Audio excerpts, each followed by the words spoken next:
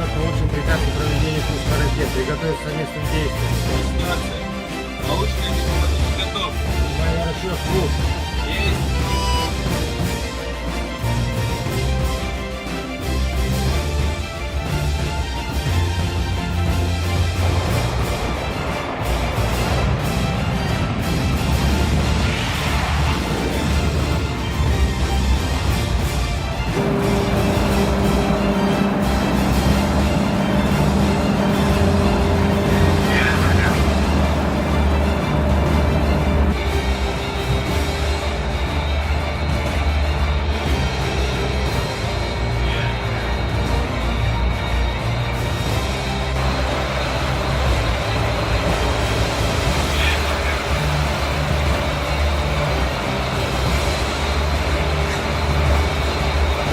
Боевая тревога.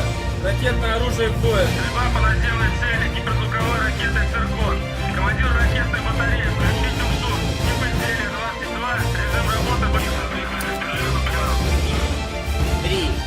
Огонь за представьте.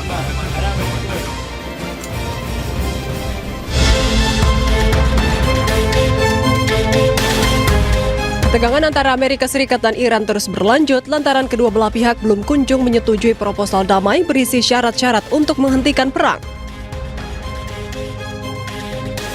Pemimpin tertinggi Iran Mojtaba Khamenei dilaporkan telah menginstruksikan agar uranium Iran yang telah diperkaya tak boleh dikirim ke luar negeri.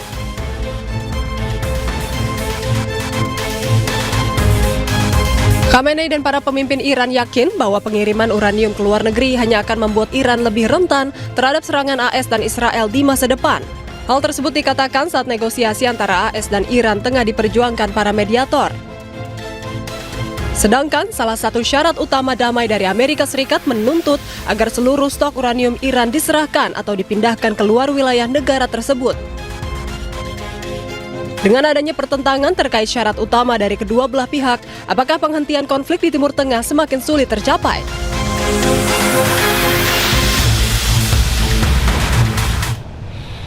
Amerika Serikat dilaporkan menunda serangan terhadap Iran karena adanya pelaksanaan haji. Jika diluncurkan, serangan tersebut hanya akan memicu krisis negara-negara kawasan.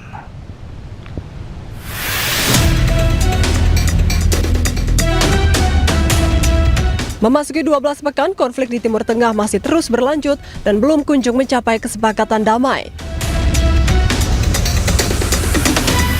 Media Roya News English melaporkan bahwa kepala negosiator Iran Muhammad Ghalibaf mengatakan meskipun di bawah tekanan ekonomi dan politik, Amerika Serikat berupaya memulai kembali perang dan berharap Iran menyerah.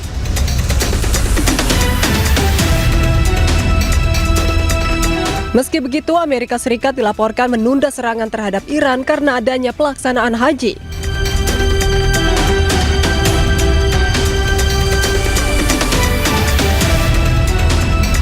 Dilansir dari media Middle East Eye, serangan yang sebelumnya direncanakan diluncurkan pada hari Selasa ditunda atas permintaan negara-negara Teluk.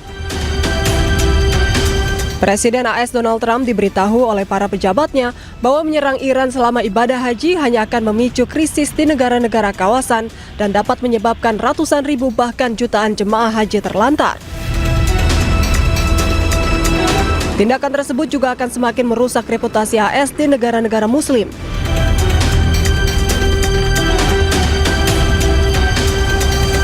Diketahui pelaksanaan ibadah haji tahun ini akan dimulai pada Minggu 25 Mei.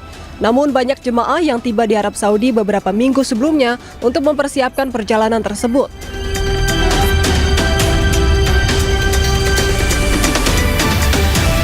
Hingga kini, belum diketahui apakah serangan akan berlanjut dalam beberapa pekan mendatang setelah musim haji berakhir.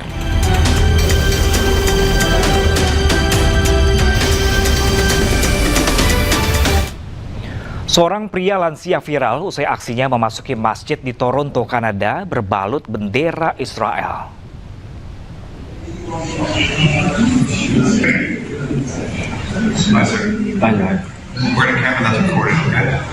Akibat aksinya, sejumlah warga yang sedang beraktivitas di masjid melaporkan pria tersebut ke polisi.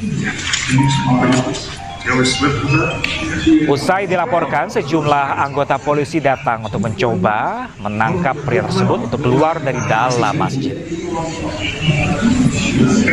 Namun pria yang berbalut bendera Israel ini menolak untuk dievakuasi keluar oleh pihak kepolisian.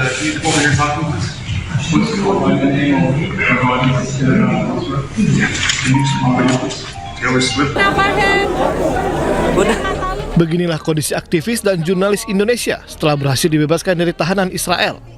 Beberapa di antara mereka alami kekerasan fisik. 9 warga Indonesia telah mendarat di Turki. Mereka akan berada di Turki untuk mengecek kesehatan. Bagi yang terluka akan mendapatkan penanganan sebelum kembali ke Indonesia. Salam teman-teman, alhamdulillah aman sampai di Istanbul tadi siang. Tadi siang sampai Istanbul aman, keadaan sehat, teman-teman lengkap 9 orang. Pada sayang sama Mas Ronggo. Alhamdulillah, makasih banyak. Berkat doa teman-teman juga. Iya. Buat nyokap lu. Alhamdulillah. Nyokap lu, Masya Allah banget. Ngomong apa gitu? Udah, yang penting selamat, doanya aja, terima kasih semua doanya. Dan terus tetap suarakan Palestina. Siap. Meski mendapatkan sejumlah penganiayaan, namun aktivis dan jurnalis ini meminta untuk tetap berjuang atas kebebasan negara Palestina. Pemirsa, salah satu jurnalis Indonesia yang telah dibebaskan, Rahendro Herubowo, mendapatkan kekerasan fisik yang diterimanya selama ditahan oleh Israel. Berikut cerita Hendro terkait tindakan yang didapatkannya selama ditahan Israel. Alhamdulillah sekarang kita lagi ini medical check up ya, tadi habis ambil darah, terus kita mau konsultasi. Soalnya nih saya mengalami beberapa kekerasan, ditendang sampai mungkin 3-4 kali di bagian depan, di belakang juga saya diinjek, dan terakhir disetrum. Ya Allah, serius? Iya, sampai Disetrum? Disetrum, iya karena setrum. Lu juga kena setrum? Setrum di sini. Karena ke bagian terakhir kepala kita itu tuh harus kayak ini nih. Iya. Ya, Pak, Aduh, udah nggak kuat. Andre, udah. Jangan aneh-aneh dulu, Andre. Udah nggak kuat. Jadi sekarang nih saya kalau batuk sakit sini, ketarik tuh, kalau angkat tangan tuh ketarik. Mudah-mudahan sih nggak apa-apa ya. Kita periksa di sini, kalau nanti di sini sekiranya harus ada pemeriksaan lanjutan ya kita di Rumah Sakit Indonesia lah.